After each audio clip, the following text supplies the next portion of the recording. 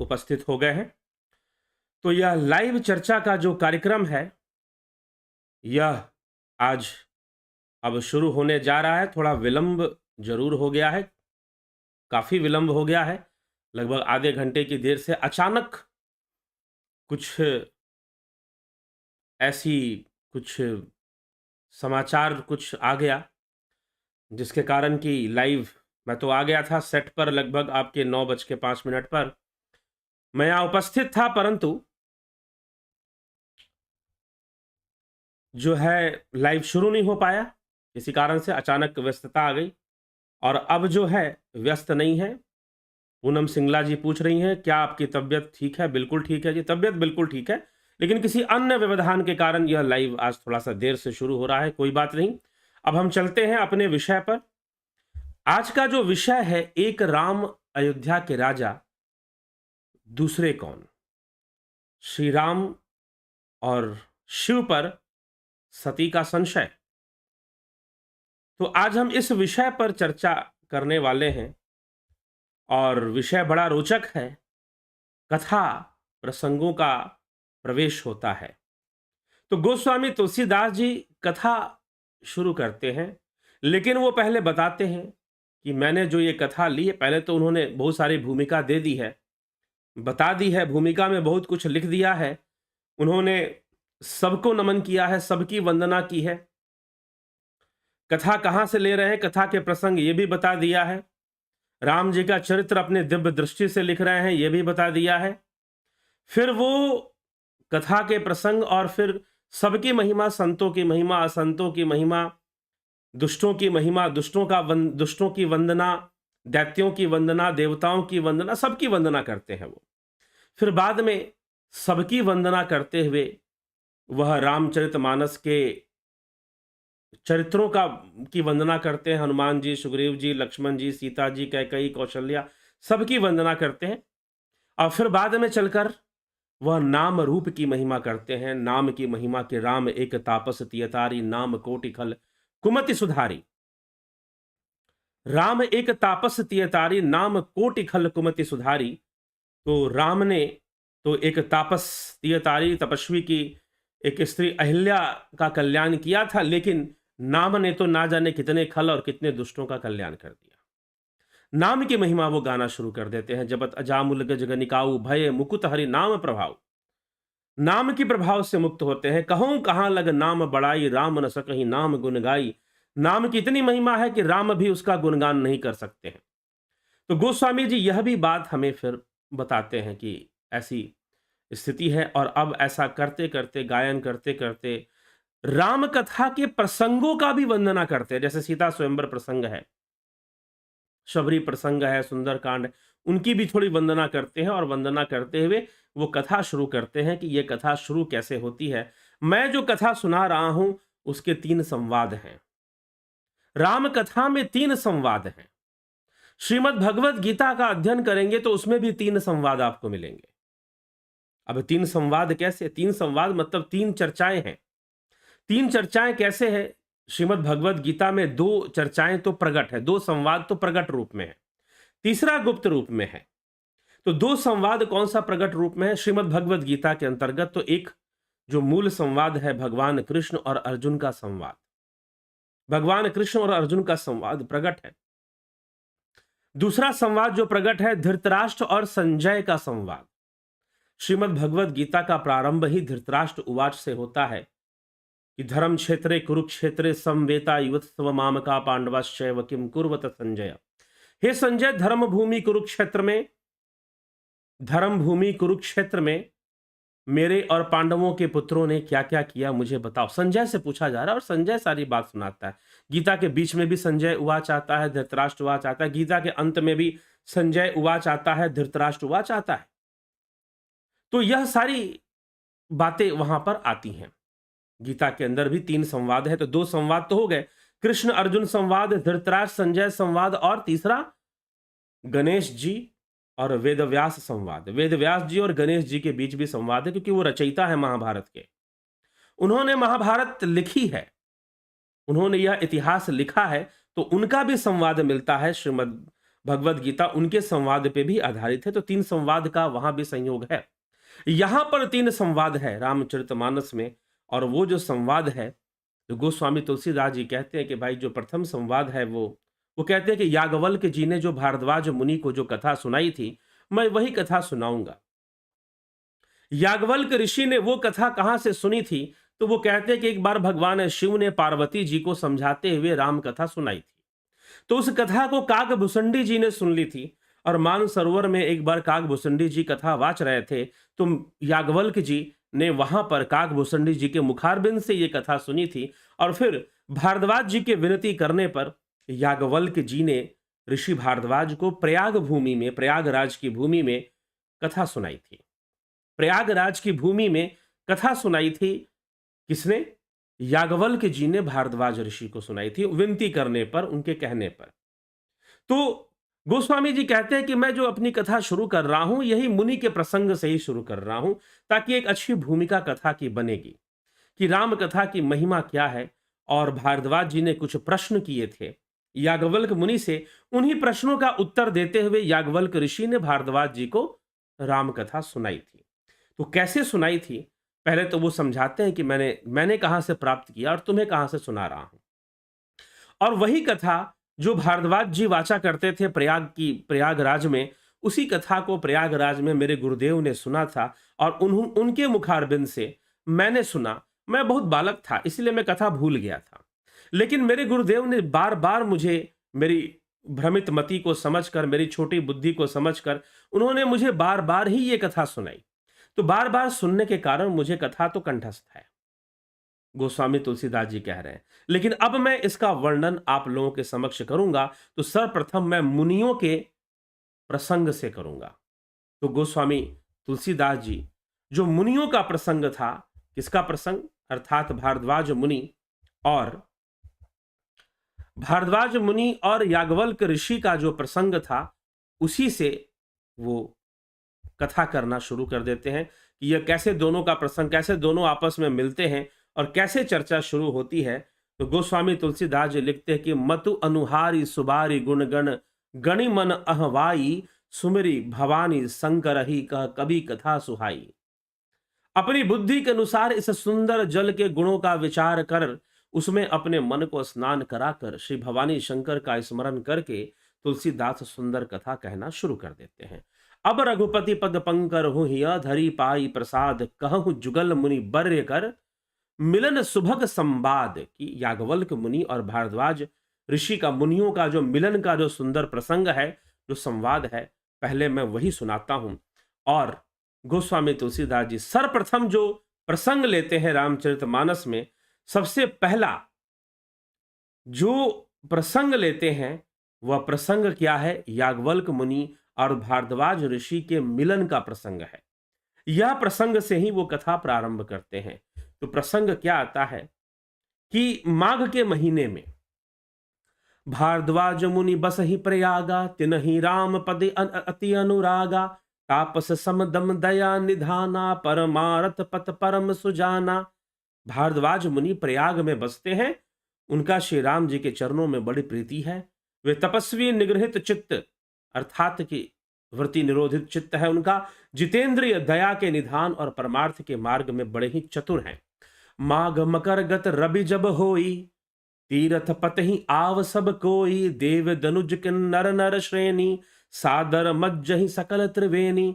माघ मकर गत रवि जब होई, जब माघ में सूर्य मकर राशि में प्रवेश कर जाता है तो मकर संक्रांति होती है, और तब से लोग तीर्थराज प्रयाग में संगम स्नान, त्रिवेणी में स्नान करने के लिए वहां पधारने लग जाते हैं, भीड़ लगनी शुरू हो जाती है। वैसे तो महाकुंभ लगता है प्रयागराज में 12 साल पे लगता है, परंतु जो माघ का मेला है, जो माघी मेला है, वह तो प्रत्येक वर्ष ही माघ मेला प्रयागराज में लगता है। तो जब माघ शुरू होता है, जब माघ आ जाता है, माघ का महीना जब लग जाता है, तो फिर क्या होता है? मेला शुरू हो जाता है, और मेला शुरू होने पर सारे ऋषिगण और बहुत तरह के संत साधु समाज वहां पर पधारना शुरू कर देते हैं। तो जब पधारना शुरू कर देते हैं तो उनके पधारने से, उनके पधारने से क्या होता है कि एक मेले का सौंदर्य बहुत ही बढ़ जाता है और मेला सुंदर हो जाता है। बहुत सारे ऋषि मुनि और संतगण वहां स्नान करने पहुंचने लग जाते हैं।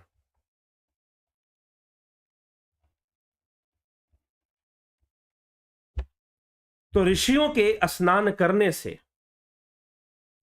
क्षमा करें कुछ देर के लिए कैमरा ऑफ करना पड़ा, कोई बात नहीं, अब कथा आगे बढ़ेगी।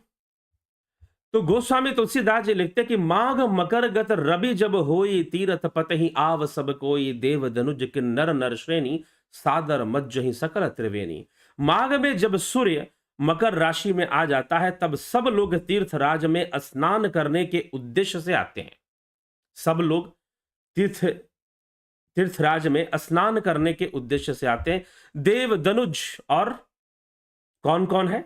देवता भी हैं उसमें, दैत्य भी है उसमें, किन्नर भी है, मतलब कि हर एक बिरादरी के लोग तीर्थराज प्रयाग में पुण्य अर्जित करने के लिए वहां स्नान करते हैं, दान पुण्य करते हैं, और इस उद्देश्य से लोग आना शुरू कर देते हैं।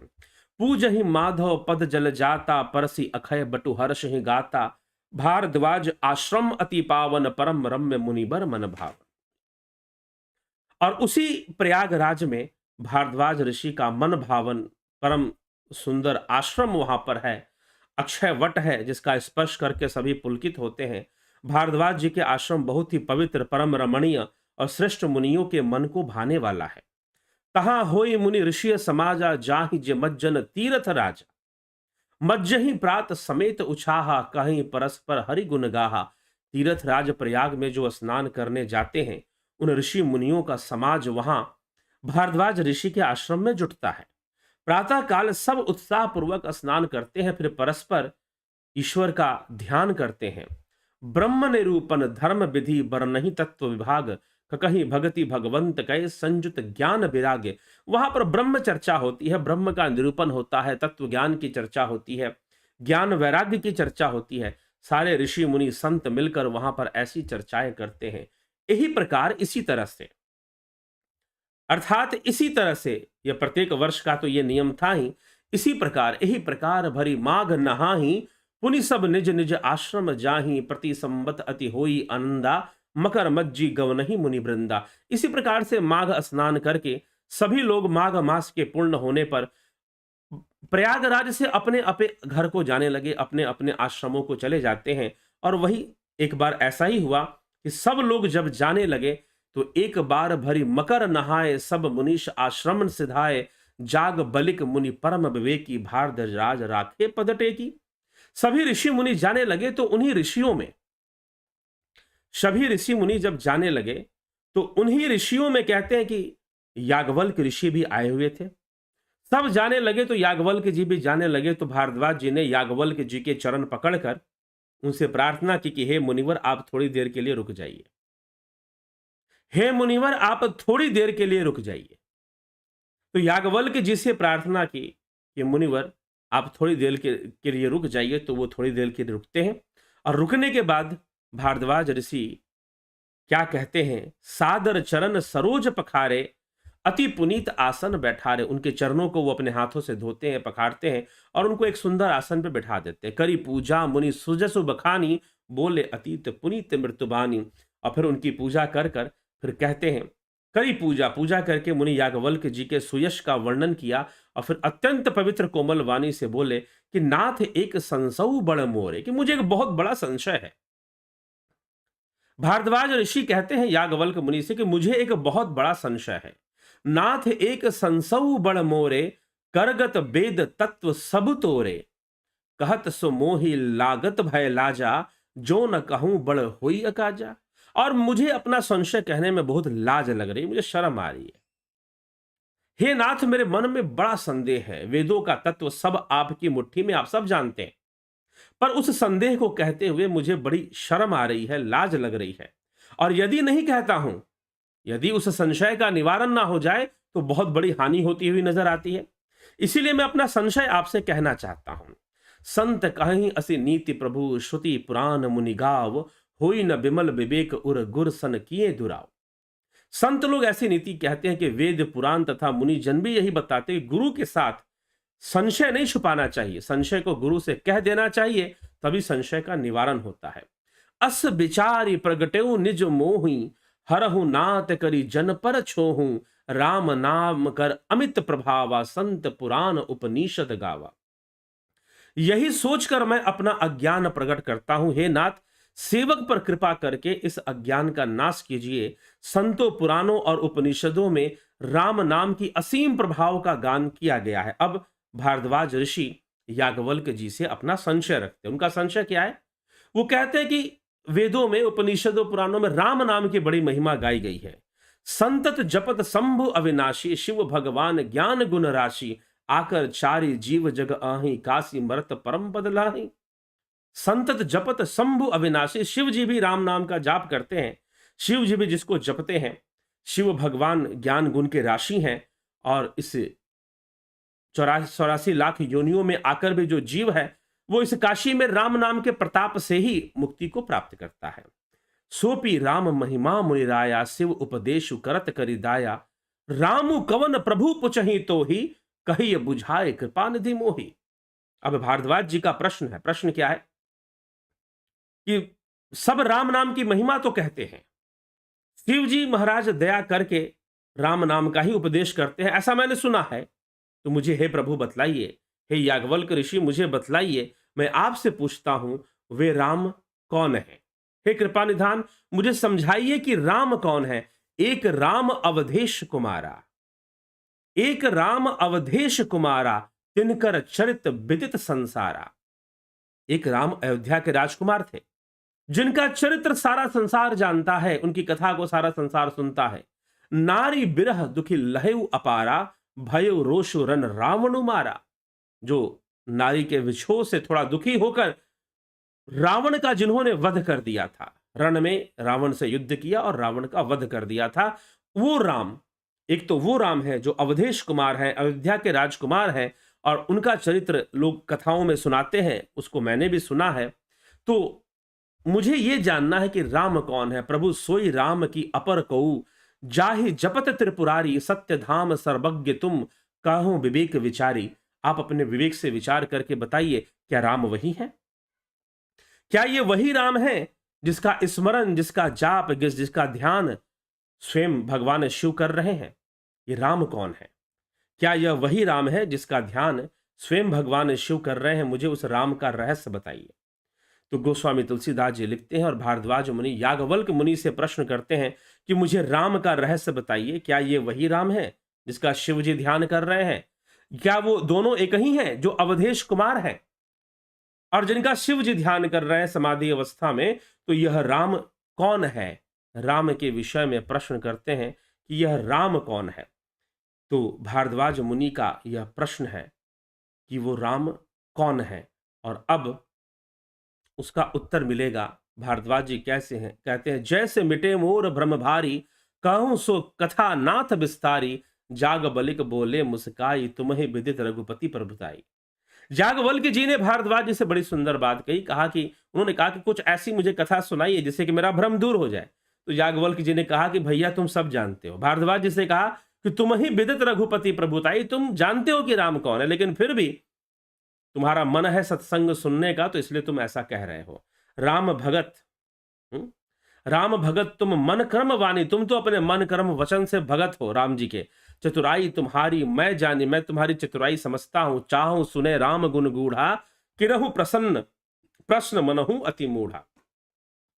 कि तुम राम के गूढ़ रहस्य को सुनना चाहते हो और इसीलिए तुमने प्रश्न किया है। तात सुनहु साधर मनुलाई, हे तात सुनो, मन में श्रद्धा लाकर सुनो।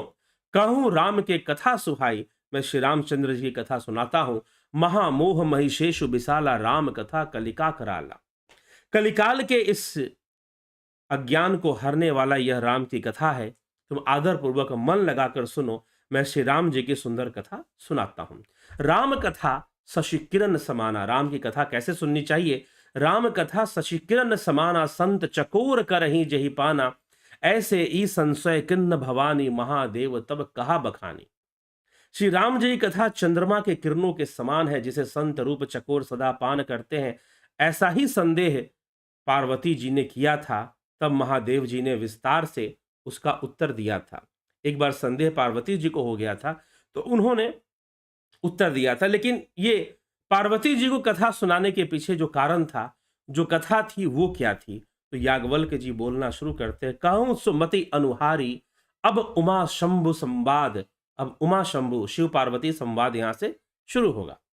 अब मैं शिव पार्वती शुरू करूंगा। भय उस समय जही हेतु जही, सुनी मुनि मिटहि विषाद। जिसको सुनकर मुनियों के विषाद भी दूर हो जाते हैं। और एक बार त्रेता जुग माही, एक बार त्रेता जुग माही, शंभु गए कुंभज ऋषि पाही। संग सती जग जननी भवानी, पूज्य ऋषि अखिलेश्वर जानी। एक बार त्रेता युग में शिव जी अगस्त ऋषि के पास गए माता सती के साथ। माता सती के साथ एक बार शिव जी अगस्त ऋषि के पास गए। उनके साथ जगत जननी भवानी सती जी भी थीं। और ऋषि ने संपूर्ण जगत के ईश्वर जानकर उनका पूजन किया। ऋषि ने संपूर्ण जगत का ईश्वर भगवान भोलेनाथ को समझकर उनका पूजन किया। राम कथा मुनि बरज बखानी, सुनी महेश परम सुखी मानी। ऋषि पूछी हरि भगति सुहाई, कही शंभु अधिकारी पाई। मुनिवर अगस्त जी ने कुंभज ऋषि के आश्रम में, कुंभज ऋषि कौन है? उन्हीं के नाम पर तो कंभ रामायण है। कुंभज ऋषि, कुंभज, अब इसके पीछे थोड़ा सा हम और इतिहास जान लें तो बेहतर रहेगा। कुंभज ऋषि, अगस्त मुनि का जन्म कुंभ से हुआ था, इसलिए उनका नाम कुंभज ऋषि है। यहां पर जो कथा शुरू हो रही है वो शिव और सती की हो रही है। देवी के दो जन्मों की कथा आती है, एक सती की दक्ष पुत्री सती के रूप में और हिमाचल पुत्री पार्वती के रूप में। तो यह पहले जन्म की कथा है, जहां पर शिव और सती, सती का संशय दूर करने के लिए, सती का मन अशांत हो गया था, तो सती के मन को शांत करने के लिए भगवान शिव माता सती को लेकर अगस्त मुनि के आश्रम में पहुंचते हैं। कथा कहती है कि वो अगस्त मुनि के आश्रम में पहुंचते हैं और यहां से शिव शंभु भवानी संवाद जो है प्रारंभ होता है। कहत सुनत रघुपति गुण गाथा, कछु दिन तहां रहे गिरिनाथा। मुनि सब बिदा माग त्रिपुरारी, चले भवन संग दक्ष कुमारी। कि दक्ष कुमारी अर्थात सती को ही दक्ष कुमारी यहां पर गोस्वामी जी लिख रहे हैं कि रघुनाथ जी के गुणों की कथाएं कहते सुनते कुछ दिन तक शिव जी और माता सती अगस्त मुनि के आश्रम में ही निवास करते हैं। फिर मुनि से विदा मांगकर शिव जी दक्ष कुमारी सती जी के साथ अपने घर कैलाश पर चल पड़ते हैं। तेही अवसर भंजन महिभारा, हरि रघुवंश लिन्न अवतारा। पिता बचन तज राज उदासी, दंडक बन विचरत अविनाशी। उन्हीं दिनों पृथ्वी का भार उतारने के लिए भगवान श्री नारायण, श्री हरि ने रघुवंश अवतार लिया था, रघुवंशी बनकर अवतार लिया था। वे अविनाशी भगवान उस समय पिता के वचन से राज्य का त्याग करके तपस्वी या साधु वेश में दंडक वन में ही विचर रहे थे। हृदय विचारत जात हर, कही विधि दर्शन होई। गुप्त रूप अवतरहूं प्रभु, गए जान सब कोई। शिव जी हृदय में विचारते जा रहे, भगवान के दर्शन उनको हो गए और प्रभु ने गुप्त रूप से अवतार लिया है। शिव जी ये बात जान गए तो सब लोग जान ही जाएंगे एक ना दिन, ऐसा शिव जी का विचार है। शंकर उर अति क्षोभ सती, न जान ही मर्म सोई। तुलसी दर्शन लोभ मन, डरू लोचन लालची। श्री शंकर जी के हृदय में इस बात को लेकर बड़ी खलबली उत्पन्न होगी, परंतु सती जी इस भेद को नहीं जानती थी। तुलसीदास कहते हैं कि शिव के मन में डर था, परंतु दर्शन के लोभ से उनके नेत्र ललचा रहे थे, वो दर्शन करना चाहते थे। रावण मरज मनु, रावण मरन मनुज कर जाचा। प्रभु विध बचनो किन्न जह साचा। जो नहीं जाऊं रही पछतावा, करत विचारु न बनत बनावा। रावण ने ब्रह्मा जी से अपनी मृत्यु मनुष्य के हाथ मांगी थी। ब्रह्मा जी के वचनों को प्रभु सत्य करना चाहते थे। मैं जो पास नहीं जाता तो बड़ा पछतावा रह जाएगा, इस प्रकार शिव जी विचार करके, परंतु कोई भी युक्ति ठीक नहीं बैठती थी, फिर भी वो श्री राम जी के पास जाते हैं।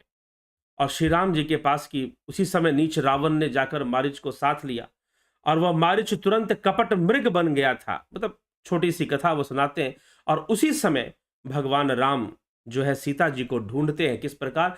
करी छलु मूल हरि बै देही, प्रभु प्रभाव तस विदित न तेहि। मृग बदि बंधु सहित हरि आए, आश्रमहु देखी नयन जल छाए। मूर्ख रावण ने छल करके सीता जी को उस समय हर लिया था और रामचंद्र जी वास्तविक प्रभाव का कुछ भी पता न था। मृग को मारकर भाई लक्ष्मण सहित हरि आश्रम में आए और हरि आश्रम को खाली देखकर उनके नेत्रों में आंसू आ गए। बिरह बिकल नर इव रघुआई, खोजत विपिन फिरद दो भाई। कबहू जोग वियोग न जाके, देखा प्रकट बिरह दुखिता के। कि राम जी मनुष्यों की भांति विरह से व्याकुल हैं। अब राम जी यहां लीला कर रहे हैं, सीता जी का हरण हो चुका है, मारिच जो है स्वर्ण मृग का रूप धारण करके आया और इस प्रकार से छल किया और मारिच को भगवान राम ने मारा और लक्ष्मण भी वहां पर पहुंच जाते हैं और वहां आश्रम में कुटिया में कोई नहीं होता। रावण छल से सीता जी का हरण कर लेता है और बिरह बिकल नर इव रघुराई, और जो रघुराई हैं, जो राम जी हैं, वो बिरह में व्याकुल हैं, अद्भुत लीला कर रहे हैं। कबहू जोग वियोग न जाके, देखा प्रगट बिरह दुखिता के। जिनको कभी संयोग वियोग नहीं होता, आज वह भी वियोग में व्याकुल होने की लीला कर रहे हैं। अति विचित्र रघुपति चरित जानहि परम सुजान, जे मति मंद विमोह बस हृदय धरहि कछुआन। रघुनाथ जी का चरित्र बड़ा विचित्र है, बड़ा संशय उत्पन्न करने वाला है। जो स्वयं अनंत शयनम है, वो भला दुखी कैसे हो सकते हैं, वो भला विछोह में कैसे आ सकते हैं, व्याकुल कैसे हो सकते हैं। जो मंद बुद्धि है वे तो विशेष रूप से मोह के वश होकर हृदय में कुछ दूसरी ही बात समझ बैठेंगे। अगर इस लीला को कोई देख ले तो उसे संशय हो जाए जो मंद बुद्धि है। शंभु समेत ही राम ही देखा, उपजा ही अति हर्ष विशेषा। भरी लोचन छवि सिंधु निहारी, कुसुमय जानी न किन्ह चिन्हारी। श्री शिव जी ने जब राम जी को देखा तो उनके हृदय में बहुत आनंद उत्पन्न हुआ और उन शोभा के समुद्र को शिव जी ने नेत्र भरकर देखा, परंतु अवसर ठीक ना जानकर परिचय नहीं किया, मतलब आमने सामने नहीं गए कि भाई ये ठीक नहीं है। यदि मैं इस समय राम जी के लीला में व्यवधान करूंगा तो वो उचित नहीं होगा। वो व्यवधान कर रहे हैं तो यह बिल्कुल उचित नहीं होगा कि मैं उनसे परिचय करूं, उनसे जाऊं, मिलूं और परिचय करूं, यह कहीं भी सही नहीं होगा। इसलिए भगवान शिव निश्चय करते हैं कि मैं राम जी से मिलने नहीं जाऊंगा और ऐसा कर वह उनका दर्शन करते हैं। जय सचिदानंद जग पावन, अस कहि चले मनोज न सावन। चले जात शिव सती समेता, पुनि पुनि पुलकत कृपा निकेता। जगत को पवित्र करने वाले सचिदानंद की जय हो। जय सचिदानंद, जय सचिदानंद। भगवान शिव ने श्री रामचंद्र जी को प्रणाम करते हुए दूर से ही आकाश मार्ग से जा रहे वहीं से प्रणाम कर लिया और इस प्रकार कहकर कामदेव का नाश करने वाले श्री शिव जी चल पड़े और कृपा निधान शिव जी बार बार आनंद से पुलकित होते हुए सती जी के साथ चले जा रहे हैं। देवी सती साथ में है और दूर से ही उन्होंने राम जी को प्रणाम किया और कहा कि भाई चलो, अब चल पड़े। उनकी लीला है और उनकी लीला में व्यवधान नहीं करना चाहिए। उनसे परिचय भी नहीं किया और वहां से जय सच्चिदानंद बोल के चल पड़े। और जब चल पड़े, जब जय सच्चिदानंद ऐसा सुना, देवी सती ने सती सुदशा शंभु कह देखी। अब सती ने शंभु की दशा देखी, इतने भावुक होए पड़े हैं, इतने प्रेम से भरे पड़े हैं, ऐसी कौन सी बात हो गई। सती जी ने शंकर जी की वह दशा देखी। उर उपजा संदेह विशेषी, सती ने सती सो दशा शंभु कह देखी। उर उपजा संदेह विशेषी, शंकर जगत बंध जगदीशा। सुर नर मुनि सब नावत शीशा। सती के मन में प्रश्न उठ पड़ा। सती के मन में प्रश्न आया कि भाई ये कौन सी बात हुई। शंकर जी की वह दशा, वो भावपूर्ण दशा, मन में बड़ा संदेह उत्पन्न हो गया। और शंकर जी तो सारा जगत शंकर जी की वंदना करता है, यही जगदीश है। शंकर जगत बंद जगदीशा, वे जगत के ईश्वर हैं, विश्वेश्वर हैं। देवता मनुष्य मुनि सब उनके प्रति सिर नवाते, सब उनके सामने सिर झुकाते हैं। सती के मन में आया, तिन नृप सुत ही किन्न परनामा, कही सचिदानंद परधामा। भय मगन छवि तासु बिलोकी, अजहु प्रीति उर रहती न रोकी। उन्होंने एक राजपुत्र को सचिदानंद परधाम कहकर प्रणाम किया। मतलब राम जी तो राजकुमार थे, राजपुत्र थे, फिर उनको सचिदानंद परधाम कह के क्यों प्रणाम किया। उसकी शोभा देखकर वे इतने प्रेम मग्न हो गए, अब तक उनके हृदय में प्रीति रोकने से भी नहीं रुकती। ऐसा कौन सी बड़ी बात है इस वन में घूमने वाले इस राजपुत्र में, ऐसी कौन सी बात है कि उसको ये सचिदानंद कह रहे हैं, प्रणाम कह रहे हैं। ब्रह्म जो व्यापक बिरज अज अकल अनीह अभेद, सो की देह धरी होई नर जाहि न जानत वेद। जो ब्रह्म सर्व व्यापक है, माया रहित है, अजन्मा है, अगोचर है, फिर भी वह भेद रहित है, जिसे वेद भी नेति नेति कहते हैं, मतलब कि शब्दों से जिसका व्याख्यान नहीं कर पाते हैं। क्या वह देह धारण करके मनुष्य हो सकता है? क्या वह देह धारण करके मनुष्य हो सकता है? विष्णु जो सुरहित नर तनुधारी, सो सर्वज्ञ जथा त्रिपुरारी, खोजई सो की अज्ञ इव नारी, ज्ञान धाम श्रीपति असुरारी। देवताओं के हित के लिए प्रभु ने शरीर धारण किया। शिव जी की यही भांति सर्वज्ञ है, वे ज्ञान के भंडार लक्ष्मीपति, और असुरों को के शत्रु भगवान विष्णु क्या अज्ञानी की तरह स्त्री को खोजेंगे? सती जी के मन में संशय आ गया कि क्या अगर ये भगवान विष्णु हैं जो असुरों के परम शत्रु हैं, क्या वो अज्ञानी की तरह अपनी पत्नी के विछोह में, वो तो अनंत शयनम है, वो तो सच्चिदानंद है, वो भला वन के अंदर किसी स्त्री के विछोह में क्यों घूमने लगे? सती जी के मन में, माता सती के मन में यह संशय घर कर गया। और जब यह संशय घर कर गया तो देवी सती यही प्रश्न करती है, और शिव जी समझाते हैं, यद्यपि प्रकट न कहे वो भवानी, हर अंतर जामी सब जानी, सुन ही सती तब नारी स्वभाव, संशय अशन धैर्य उरकाऊ। भवानी जी ने प्रकट कुछ नहीं कहा, पर अंतर्यामी शिव जान गए कि इसके मन में संशय आ गया है। इसके मन में संशय आ गया है तो कहते, जासु कथा कुंभज ऋषि गाय, भगति जासु मैं मुनि ही सुनाई, सोई मम इष्ट देव रघुबारा, रघुबीरा सेवत जाहि सदा मुनि धीरा। जिनकी कथा अगस्त ऋषि से हम सुन के आ रहे हैं, जिनकी भक्ति मैंने मुनि को सुनाई, ये वे मेरे इष्ट देव श्री रघुवीर जी, जिनकी सेवा ज्ञानी मुनि सदा किया करते हैं। मुनि धीर जोग सिद्ध संतत बिमल मन, जेहि ध्या वही कही नेति निगम पुराण आगम, जासु कीर्ति गावही, सोई राम व्यापक ब्रह्म भुवन निकाय पति माया धनी, अवतरेव अपने भगत, हित निज तंत्र नित रघु कलमणि। रघु कलमणि अर्थात ज्ञानी मुनि योगी और सिद्ध निरंतर, ये छंद है, इसका गायन होता है। तो सिद्ध निरंतर निर्मल चित्त से जिनका ध्यान करते हैं तथा वेद पुराण और शस्त्र नेति नेति कहकर जिनकी कीर्ति गाते हैं, उन्हीं सर्वव्यापक समस्त ब्रह्मांडों के स्वामी मायापति नित्य परम स्वतंत्र स्वयं ब्रह्मा रूप भगवान श्री राम जी ने अपने भक्तों के हित के लिए रघुकुल मणि के रूप में अवतार लिया है। ऐसी बात शिव जी समझाने का प्रयास करते हैं। लागना उर अपदेशु जदपि कहे शिव बार बहु, बोले बिहस महेशु हरि माया बलु जान पिए। कि हे सती, तुम इस उपदेश को समझो। महादेव जी मन में प्रभु की माया का बल जानकर मुस्कुराते हैं कि उनकी माया है कि सती को संशय हो गया है। जो तुम्हारे मन अति संदेहु, तो किने जाई परीक्षा लेहु, तब लगी बैठ आहू बट छाही, जब लगे तुम एहू मही पाही। जो तुम्हारे मन अति संदेह, अगर तुम्हारे मन में बहुत संशय है, जैसे जाई मोह भ्रम भारी, करे हूं सो जतन विवेक विचारी, चली सती शिव आयो सुपाई, करहि विचारू करऊं का भाई। अब सती विचार करने लगी। भगवान शिव ने कहा कि अगर तुम्हारे मन में बहुत संदेह आ गया है तो हे सती, तुम ऐसा करो कि जाओ और श्री रामचंद्र जी की परीक्षा ले लो।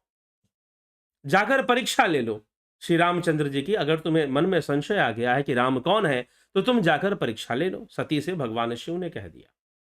कथा सुना रहे हैं याज्ञवल्क्य जी भारद्वाज जी को, गोस्वामी तुलसीदास जी और काकभूषणी जी याज्ञवल्क्य जी को, और शिव जी पार्वती जी को। तो पहले तो शिव पार्वती की कथा आती है कि शिव जी ने पार्वती जी को कथा क्यों सुनाई थी, कारण क्या था सुनाने का। तो प्रसंग शुरू होता है सती से। दक्ष कन्या, दक्ष पुत्री सती, प्रजापति दक्ष जो खुद संशय में रहता था, जिसको विष्णु और शिव में भेद नहीं था, विष्णु और शिव में भेद करता था, अर्थात विष्णु को बड़ा मानकर शिव को छोटा मानता था, और रावण भी भेद करता था, शिव को बड़ा मानकर विष्णु को छोटा मानता था। लेकिन जिनके मन में कोई भेद नहीं है, उन्हें कोई संशय नहीं होता है। सती के मन में भेद है। सती के मन में संशय है कि भाई जगदीश्वर तो स्वयं, विश्वेश्वर तो स्वयं भगवान भोलेनाथ हैं, सारे देवता सारे ऋषि मुनि इनके सामने सिर झुकाते हैं, तो फिर ये दूसरा भगवान कहां से आ गया। और रही बात भगवान विष्णु की, तो उनका वैकुंठ तो बड़ा सुंदर है, उनके पास तो साक्षात लक्ष्मी जी हैं, वो तो मायापति हैं, अनंत शयनम है, उन्हें किस चीज की कमी। वो भला इस प्रकार से व्याकुल होकर विलाप करते हुए जंगल में भटकते हुए क्यों दिखाई देंगे। सती जी के मन में संशय आ गया। संशय आया, शिव जी ने कहा कि संशय नहीं करना चाहिए, संशय बहुत खतरनाक चीज होती है। संशय सर्प ग्रसेहु मोहिताता, दुख लहरी कुतर्क बहुब्राता। संशय सर्प काकभूषणी, ये उत्तरकांड में ही आता है, ये बालकांड उत्तरकांड अंत है। संशय सर्प ने जिसको डस लिया तो वो हमेशा अशांत रहेगा, दुखी रहेगा। और सती की शांति भंग हो चुकी है, वो दुखी हो चुकी हैं कि ये शिव जी ने किसको प्रणाम किया, शिव जी ने क्यों किसी को सच्चिदानंद कहा और क्यों प्रणाम किया और क्यों भाव विभोर हो गए। मुझे विश्वास नहीं होता, मुझे विश्वास नहीं होता कि ये सच्चिदानंद भगवान है, ये स्वयं भगवान है, विष्णु है, ये नारायण है, ये श्री हरि है, मुझे विश्वास नहीं हो रहा है। सती के मन में संशय आ गया, लेकिन ये संशय श्री रामचंद्र जी पर था। आज का टाइटल है श्री रामचंद्र और शिव जी पर संशय। सती का संशय अगर राम पर होता तो बात अलग। एक तरफ सती सोचती है कि स्वयं शंकर जी ही जगदीश हैं, और फिर जगदीश की वाणी पे संशय भी कर रही है। शिव जी समझा रहे हैं कि भाई उन्होंने अवतार लिया है लीला करने के लिए, और जब लीला करने के लिए अवतार लेते हैं, अवतार कहने का मतलब ऊपर से नीचे की ओर उतरना, उच्च अवस्था से निम्न अवस्था में आने की प्रक्रिया अवतार है, अपनी इच्छा से। तो श्री रामचंद्र जी ने अवतार लिया है जगत कल्याण के लिए, तो वो नर के देह की मर्यादा में बंधे हुए हैं और नर देह की मर्यादा में ही सारे कर्म कर रहे हैं। इसलिए वो साधारण नर की भांति सीता जी के विछोह में विलाप कर रहे हैं, सीता जी के विछोह में व्याकुल हो रहे हैं, ऐसा दिखाई दे रहा है। वन वन भटक रहे हैं, वन वन भटक रहे हैं, और सती को संशय हो जाता है। और जो माता सती हैं वो संशय शिव जी के समक्ष प्रस्तुत कर देती हैं।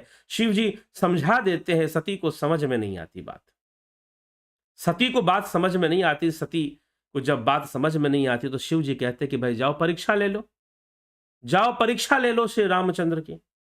अब परीक्षा ले लो। सती विचार करती कि कैसे परीक्षा लूं, किस प्रकार से परीक्षा लूं। अब सती परीक्षा लेने तो जाएगी, लेकिन पता चलेगा कि परीक्षा जो लेने गया उसी की परीक्षा हो गई,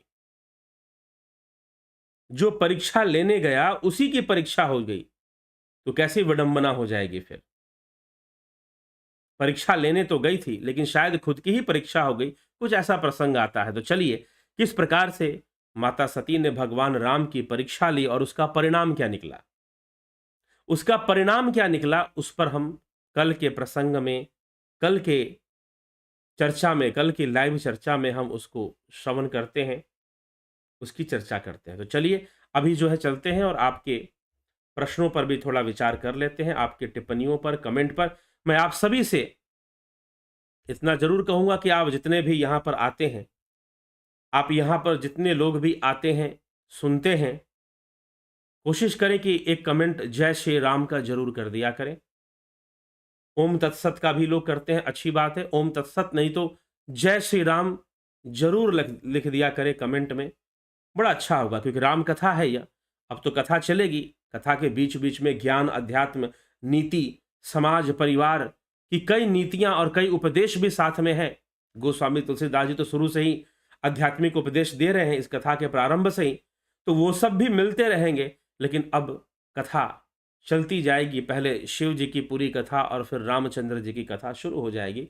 तो चलिए, यह आगे इसी प्रकार से बढ़ेगी और मानस के माध्यम से हम कथा भी सुनेंगे और अध्यात्म की गहरी बातों को भी हम सुनने और समझने का प्रयास करते रहेंगे। तो गोस्वामी तुलसीदास जी इस प्रकार से कथा कहते हुए आगे बढ़ जाते हैं। और माता सती को संशय होता है। शिव जी कह देते हैं कि भाई अगर तुम्हें संशय हो गया, जाओ परीक्षा ले लो, जाओ परीक्षा ले लो। अब राम की परीक्षा लेने का मतलब, क्योंकि सती को संशय श्री रामचंद्र जी पर तो था ही, शिव जी पर भी हो गया। जब भगवान शिव स्वयं समझा रहे हैं कि भाई ये सच्चिदानंद हैं और ऐसी ऐसी घटना घटी है कि उन्होंने अवतार लिया है, नर लीला कर रहे हैं, हमें उसमें बीच में नहीं जाना चाहिए व्यवधान करने, ठीक है, तो उनको अपना कार्य करने दो, हम अपना चलते हैं, आगे बढ़ते हैं। तो सती जी को संशय हो गया, माता सती को संशय, तो ये संशय देखकर शिव जी ने कह दिया जाओ परीक्षा ले लो। तो अब सती विचार कर रही है कि मैं कैसे परीक्षा लूं। अब परीक्षा लेने के लिए देवी सती क्या करती हैं और राम जी क्या करते हैं, क्या उत्तर देते हैं, परीक्षाओं में कैसे पास होते हैं, या फिर सती की ही परीक्षा हो जाती है, तो यह समस्या आ जाती है। तो इस प्रकार की जो परीक्षा है वो कैसे परीक्षा होती है, कल चर्चा करते हैं, और उस परीक्षा का परिणाम क्या निकलता है उस पर भी कल ही चर्चा करेंगे। जुड़े रहें, बने रहें और इस राम कथा का आनंद उठाते रहें। अब कथा प्रसंगों के साथ चलेगी, प्रसंगों के साथ चलेगी। तुलसीदास जी ने बहुत भूमिका लिखी, भूमिका में बहुत सारी महत्वपूर्ण अध्यात्म की गहरी रहस्य वाली बातें लिखी। अब वो कथा का गुणगान कर रहे हैं, कथा को सुनाने का प्रयास कर रहे हैं। जुड़े रहे, बने रहे और आगे बढ़ते रहे, कथा चलती रहेगी। आज अचानक आए किसी व्यवधान के कारण देर से शुरू हुई थी, देर से शुरू हो पाया कार्यक्रम, लेकिन अब आगे जो है ये कार्यक्रम समय से ही शुरू करने का पूर्ण प्रयास रहेगा। प्रयास तो आज भी समय से ही था, लेकिन अचानक कुछ ऐसा हुआ कि आधा घंटा लेट हो गया, नहीं तो समय पर आज आ गए थे। चलिए कोई बात नहीं, अब आगे बढ़ते हैं। हरिमोहन गुप्ता जी प्रणाम। सबका सर एक ही की तरफ देखना बंद करो, अंदर की तरफ देखो। ठीक है।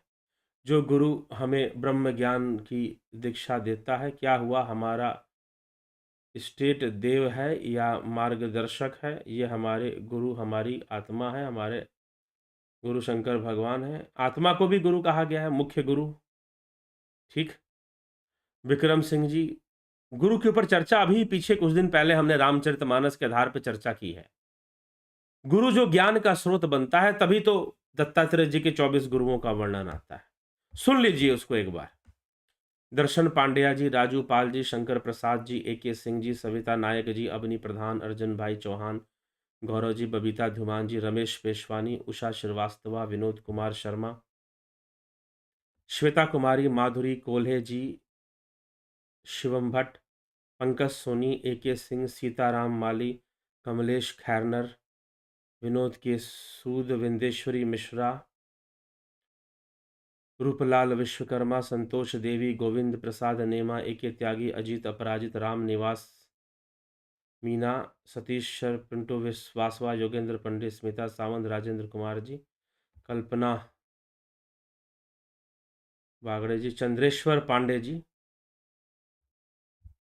बहुत बहुत अभिनंदन है आपका। बिसलाल बाग, देवसंग जी, पूनम सिंगला, हरीश डंगवाल, जलाराम रायका, अजीत श्रीवास्तव, रचना जी, अशोक गोयल, विष्णु मरोठा, मेरोथा जी, शर्मानंद पंडित जी, आइडियाज़। नाम को कैसे समझना चाहिए? नाम तो रूप और गुण को ही इंगित करते हैं। इनको फिर तभी तो अकथनीय, निर्वचनीय, अजपा जाप का नाम, वो अव्यक्त नाम की चर्चा की गई है, जो कि प्रणव का विषय है। ठीक, प्रणव का विषय है, वो अजपा है। काशीनाथ जी, बहुत अभिनंदन आपका। ओम तत्सत, अति ज्ञानवर्धक प्रवचन।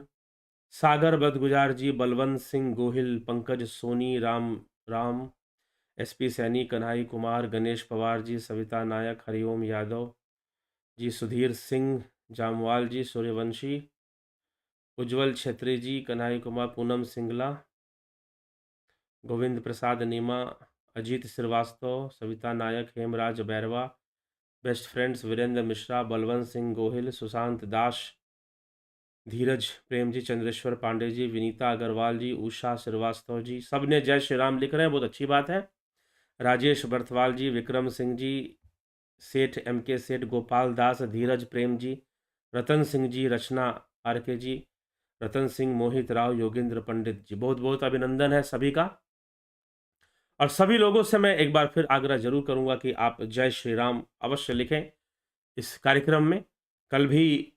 कल से भी ये शिव कथा का जो प्रसंग चल रहा है ये आगे बढ़ेगा, और बढ़ते बढ़ते सारी कथा आगे बढ़ती जाएगी मानस के चौपाइयों के माध्यम से।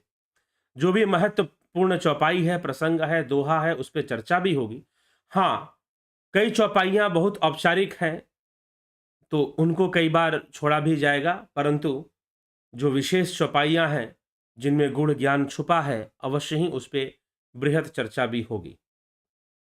ठीक है, तो बढ़ते रहें, आगे बढ़ते रहें, जुड़े रहें और जुड़कर लाभ उठाते रहें। जो ध्यान योग का कोर्स है, कुछ लोग पूछ रहे थे, तो मार्च में ही शुरू होगा। अब मार्च के महीने में